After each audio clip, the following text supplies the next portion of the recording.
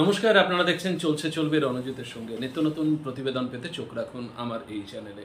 আমাদের যদি এই কাজকে আপনাদের সমর্থনযোগ্য মনে হয় তাহলে চ্যানেলটিকে সাবস্ক্রাইব করে পাশে থাকবেন।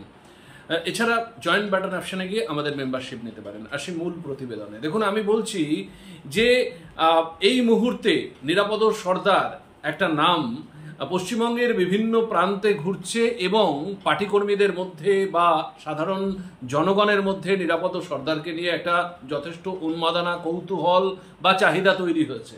প্রত্যেকটি মিটিংয়ে যখন নিরাপদ সর্দারের নাম শুনছে, মানুষ কিন্তু সেখানে একেবারে ধেয়ে যাচ্ছে এবং সেখানে জনসমাগম এমনভাবে কলেবরে বাড়ছে যেটা দেখে বামেদের আনন্দ হওয়ারই কথা। একটা পথসভা হওয়ার কথা ছিল যাদবপুরের বুকে। নিরাপদ সর্দার সেখানে বক্তা হিসাবে ছিলেন। দীর্ঘক্ষণ সভা চলার পরেও শেষে যখন নিরাপদ সর্দার উঠলেন, তখনও কিন্তু মানুষ অধীর আগ্রহে সেখানে অপেক্ষা করছে নিরাপদ সর্দারের বক্তব্য শুনবে। এবং সেই পথসভাটা রূপান্তরিত হলো জনসভায়। আপনাদের চিত্র দেখাবো, স্পষ্ট হবে।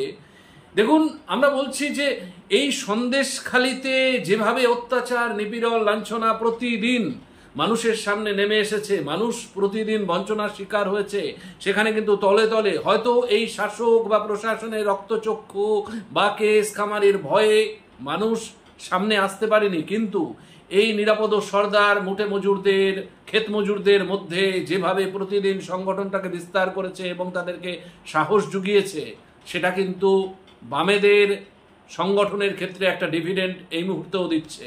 সন্দেশখালীর বিস্তীর্ণ প্রান্তে আমরা কথা বলেছি প্রচুর মানুষের সাথে। নিবিড় সম্পর্ক স্থাপন করে চলেছিলেন এই নিরাপদ সর্দার এবং এই নিরাপদ সর্দারের জন্যই সেখানকার মানুষ কিন্তু একটা স্বস্তি পেয়েছে এবং ভরসা পেয়েছে, সাহস পেয়েছে। যাদবপুরের বুকে আমি তার আগে পানিহাটিতে দেখিয়েছিলাম যে নিরাপদ সর্দারের জন্য অধীর আগ্রহে মানুষ অপেক্ষা করছে, নিরাপদ সর্দারের মুখের কথা শুনতে চায়, ভাষা শুনতে চায়। এবং নিরাপদ সর্দারের এই অদম্য জেদ, শাসকের চোখ রাঙানিকে উপেক্ষা করে যেভাবে সামনে এসেছে, মানুষকে সাহস জুগিয়েছে, সেটা সকলে কুর্নিশ জানাচ্ছে। এবং দীর্ঘক্ষণ সেখানে সভা চলার পরেও যাদবপুরে এই নিরাপদ সর্দারের বক্তব্য শোনার জন্য অধীর আগ্রহে তারা শেষ পর্যন্ত অপেক্ষা করেছে।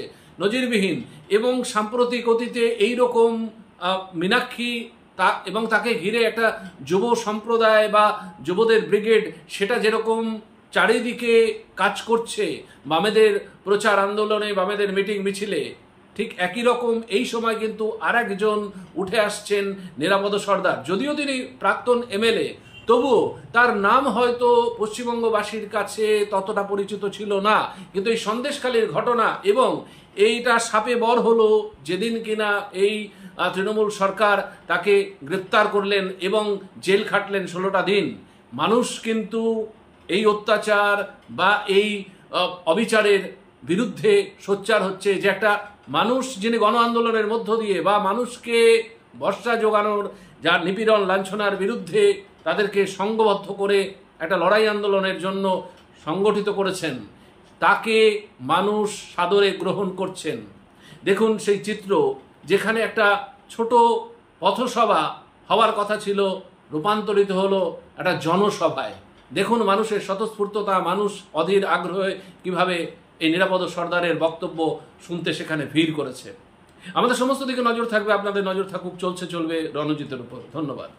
মঞ্চে কংগ্রেস নেতৃত্ব এবং মঞ্চের নিচে যে সমস্ত নেতৃত্বগণ বসে আছেন, তাদের সকলকে আন্তরিক শুভেচ্ছা, অভিনন্দন, লাল সালাম জানাচ্ছি। সভাটা অনেকক্ষণ আগে শুরু হয়েছে। এতক্ষণ সভা চললে মানুষ কতক্ষণ বসে থাকবে? আসলে আমরা যা বলার তা বলবো, যা করার তা আপনারা করবেন। সবটা বলার উপরে নির্ভর করে না।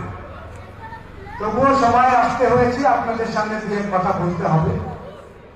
আমাদের দেশের মানুষ, আমাদের দেশ অত্যন্ত বিপদের মধ্যে আছে। সেই সময় দাঁড়িয়ে আমরা কলকাতার একটা মহানগরীতে এই সভা করছি।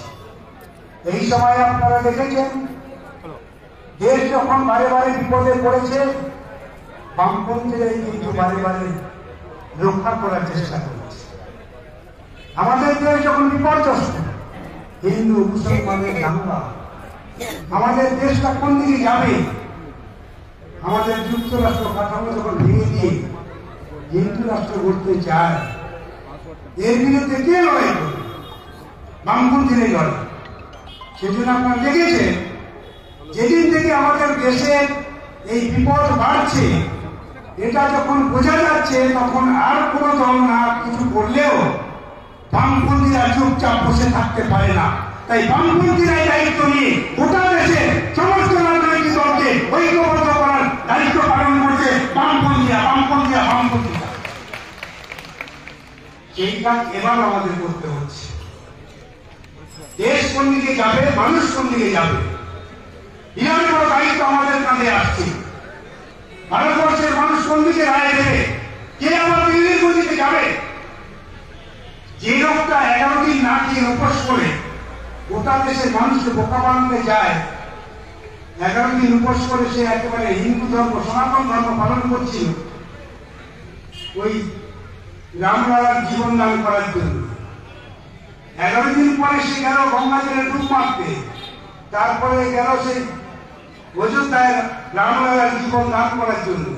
সব দেশের লোক তাকিয়েছিল, পৃথিবীর লোক তাকিয়েছিল, ভারতবর্ষে কি হচ্ছে?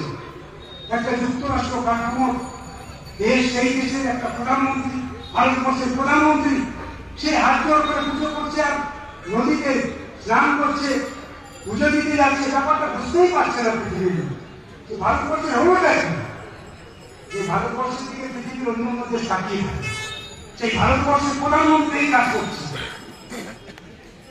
যখন সে পুজো দিচ্ছে, রামলালার জীবনদান করছে, সেই সময় ভারতবর্ষে সবচেয়ে বেশি বেকারের সংখ্যা, সবচেয়ে বেশি কৃষক আত্মহত্যা করছে, কৃষকের আত্মহত্যার লাইন করেছে, ছেলেমেয়েরা কাজ না পেয়ে দিন রাতে চুরি করছে। আমাদের রাজ্যে খোলা আকাশের নিচে নিজের যোগ্যতা বিবেচনা করার জন্য বলছে, আমি চাকরি পাবো, আমাকে চাকরি দাও, চাকরি দাও। দিনের পর দিন, মাসের পর মাস খোলা আকাশের নিচে বসে আছে চাকরির প্রত্যাশায়, চাতক পাখির মতো। সবচেয়ে বেশি গোটা বাংলায়, গোটা দেশে গ্রাম বাংলাকে অপুষ্টি সন্তানের জন্ম হচ্ছে। দেশে 80 কোটির বেশি মানুষ একবেলা না খেয়ে ঘুমোতে যায়। এই সময় দাঁড়িয়ে তিনি পুজোটা দিচ্ছেন। আমি শুধু আপনাদেরকে ভাবার জন্য এই কথাটা বললাম।